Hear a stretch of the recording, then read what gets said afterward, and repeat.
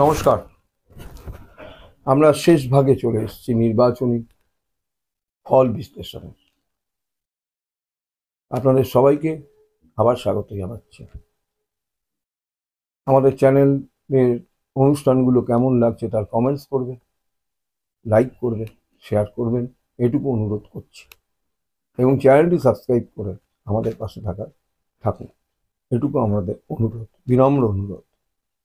আজকে নির্বাচনী পর্যায়ের শেষ ভাগ, একদম মহারাষ্ট্র, যেখানে দেশের তাবড় পণ্ডিতরা মহাবিকাশ আঘাড়ি অর্থাৎ ইন্ডিয়া জোট, মহাবিকাশ আঘাড়ির জোটটা কেন?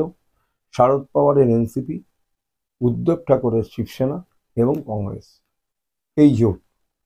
সেখানে সকলেই যারা রাজনৈতিক বিশেষজ্ঞ তারা কিন্তু মহাবিকাশ আঘাড়ি বা ইন্ডিয়া জোটকেই এগিয়ে রেখেছিলেন, যে তাদেরই এজ আছে, মানে তারাই এগিয়ে আছে।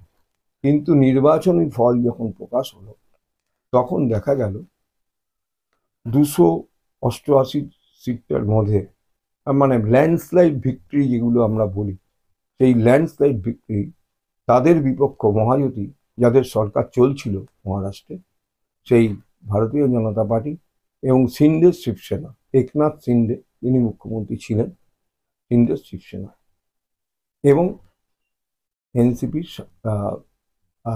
অজিত পাওয়ার, যিনি দল ভেঙে এসে পরে বিজেপির সাথে হাত মেলান বা এই সরকারের উপমুখ্যমন্ত্রী হন, তারাই নির্বাচনে ব্যাপকভাবে পর্যদস্ত করেছে মহাবিকাশ আঘাড়িকে বা ইন্ডিয়া জোটকে। অনেক বিশেষজ্ঞ অনেক মতামত নিয়ে দিচ্ছেন। কেউ শারদ পাওয়ারকেও দায়ী করেছেন, 84 বছর বয়সের বৃদ্ধ ক্যান্সার রোগী। কেউ কংগ্রেসকে দায়ী করছেন এবং অনেকেরই মতে এটা মনে হচ্ছে যে কংগ্রেস ঠিকমতো নির্বাচনে লড়ে। কিন্তু আমার বিশ্লেষণ একটু অন্যরকম। আমার বিশ্লেষণ, মহারাষ্ট্রের 3টে ফ্যাক্টর কাজ করেছে। একটা হচ্ছে মহারাষ্ট্র হিন্দুদের, মানে হিন্দুত্বর রাজনীতির পীঠভূমি। সেখানে ছত্রপতি শিবাজি থেকে শুরু করে যেসব আন্দোলন গড়ে উঠেছে, শিবাজি থেকেই কিন্তু শিবসেনার জন্ম। এই প্রবল হিন্দুত্ববাদের জন্মটা কিন্তু নাগপুর, যেটা মহারাষ্ট্রের মধ্যে, সেইখান থেকেই শুরু হয়।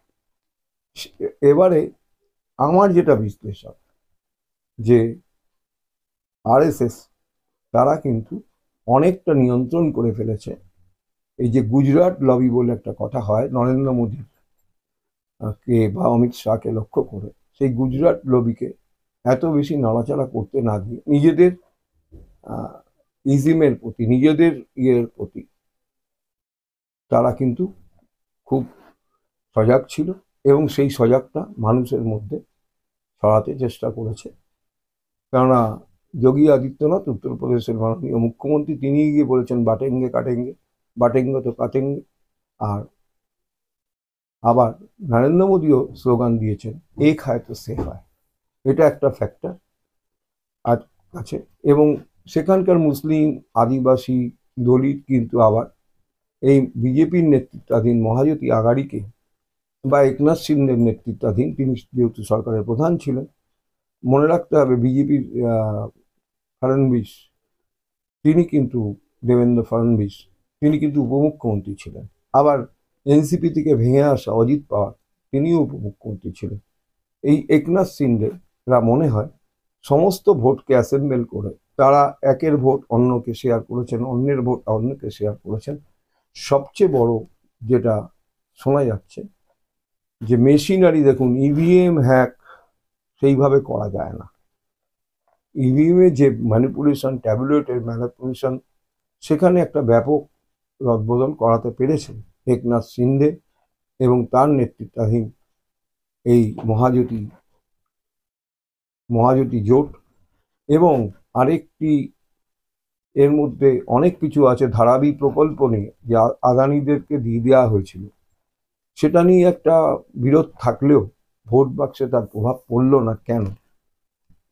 এটা কি সত্যিই জনতার রায়? এটা অনেকেই প্রশ্ন তুলেছেন যে এখানে কোন খেলা হয়েছে, পেছনে পর্দার আড়ালে কোন খেলা হলো, যাতে এইরকম হ্যাওয়াক করে মহাজোটী জোট জিতে গেলেন। মহারাষ্ট্র মানে মহাবিকাশ আঘাড়ি যেটা বলা হচ্ছিল, কংগ্রেসের জোট, মানে ইন্ডিয়া জোট, শরদ পাওয়ারের এনসিপি এবং ওই উদ্ধব ঠাকরের শিবসেনা, তাদেরকে পর্যদস্ত করে ছেড়েছে।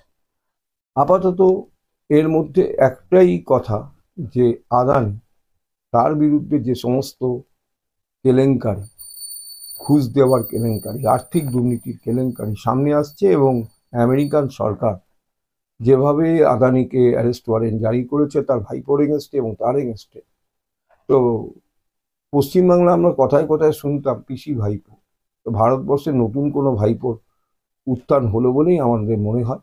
এবং এই ভাইপোকে নিয়ে আগামী শীতকালীন সংসদের যে শীতকালীন অধিবেশন সরগরম থাকবে। যাই হোক, আপাতত নির্বাচনী বিশ্লেষণেই পরবর্তী অনুষ্ঠানগুলো আমাদের দেখতে থাকুন। আমরা আপনাদের কাছে আসার চেষ্টা করছি, এবং আমাদের চ্যানেলটি লাইক করে, কমেন্টস করে, শেয়ার করে সবার মধ্যে ছড়িয়ে দিন এবং সাবস্ক্রাইব করুন। নমস্কার, সবাই খুব ভালো থাকবেন, সুস্থ থাকবেন।